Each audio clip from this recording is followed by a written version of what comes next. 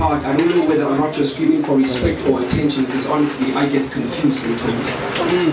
Don't know whether or not to call you hot or beautiful, to look at your eyes or concentrate on your ass, whether to keep on walking behind you or just walk past. God, I humbly ask, please, give me back my eyes so that I can see past my ass. Is it just me or are women devolving from beauty to booty, from gorgeous to cutie? Why not just wear a sign on your forehead that says do me wrong? And don't get me wrong, I am not misogynistic. My desire does not stem from the prospect of wanting to undress you, but rather I yearn to respect you with these hands. But these hands that were once used to comfort can no longer keep to themselves. These hands want to touch. These hands want to tease. These hands want to squeeze. Please, stop making it easy for these hands. Stop making it easy for these hands to unbutton your shirt, pull down your skirt, take what you are worth and then leave your hurt. Because honestly, the fact that I don't have to work that hard to get laid makes me feel unattractive. As a matter of fact, it makes me feel like less of a man. Because I don't want to just take, I want to deserve. I don't want to just fake, I want to preserve you, not for me. But for the world to see. The beauty of a woman is not external but internal. Yes, you may not be the woman that you were set out to be, but please allow me to point you in that direction. Allow me to be a gentleman. Don't spread rumors telling people that the reason we broke up and split was because I did not want to hit or squeeze your tit. And don't remind me of the night that you lit your weed and got angry at me the next day.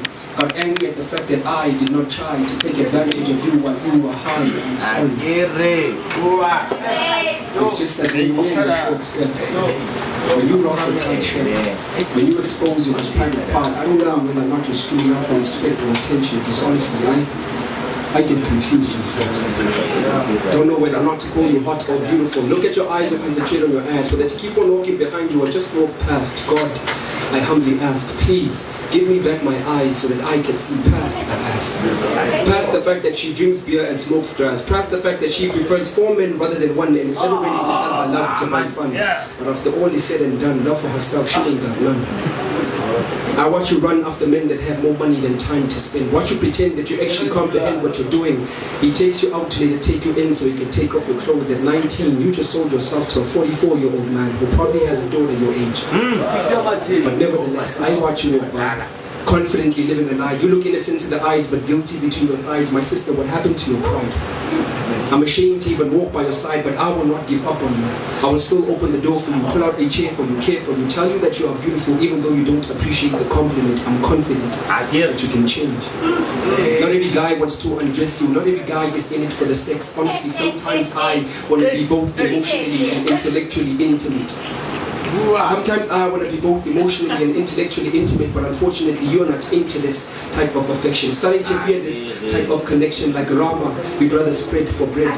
Your love is dry, your lust is wet. To hell with your needs, you're happy as long as your wants are met. And I admit, that's not all your fault. I apologize for the verbal assault on your dignity. I'm sorry that me and my brothers call you bitch.